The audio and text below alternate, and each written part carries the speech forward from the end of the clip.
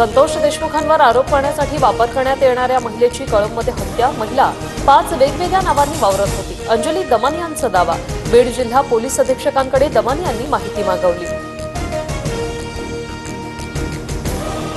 धाराशिवच्या कळंब शहरात महिलेची हत्या. 5 ते 6 दिवसांपासून महिलेचा मृतदेह घरात पडून होता. मनीषा कारभारी बिडवे असं मृत महिलेचं नाव.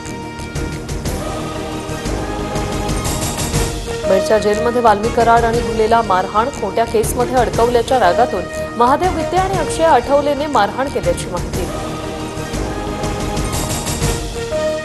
अंदर मारना या मरना सब कुछ माफ है. कराडला तुरुंगात मारहाण झाल्याच्या वृत्तानंतर बबन गित्ते नावाच्या फेसबुक अकाउंटवरून पोस्ट. बबन गित्ते 9 महिन्यांपासून फरार.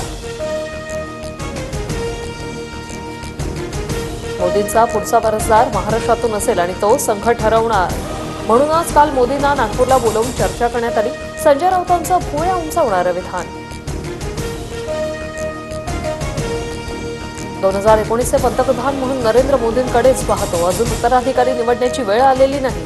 संजय राऊतांच्या वक्तव्यानंतर मुख्यमंत्री फडणवीसांची प्रतिक्रिया.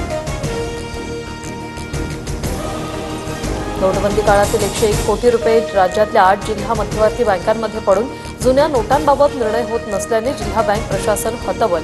तर बँकांनी जुन्या नोटा मुदतीत परत न दिल्याचा आरबीआयचा दावा. पुढील 5 दिवस राज्यात ढगाळ वातावरण. वादळी वारे, ढगांच्या गडगडाटासह अवकाळी पावसाचा अंदाज. बहुतांश भागात गारपिटीची शक्यता.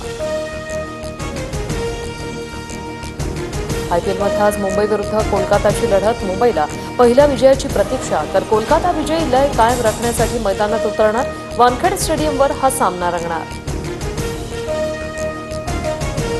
महाराष्ट्राची लोकप्रिय वृत्तवाहिनी आता फ्री डिशवर. उद्यापासून TV9 मराठी डीडी फ्री डिशवर पाहता येणार. डीडी फ्री डिशच्या प्रेक्षकांना 68 क्रमांकावर TV9 मराठी दिसणार.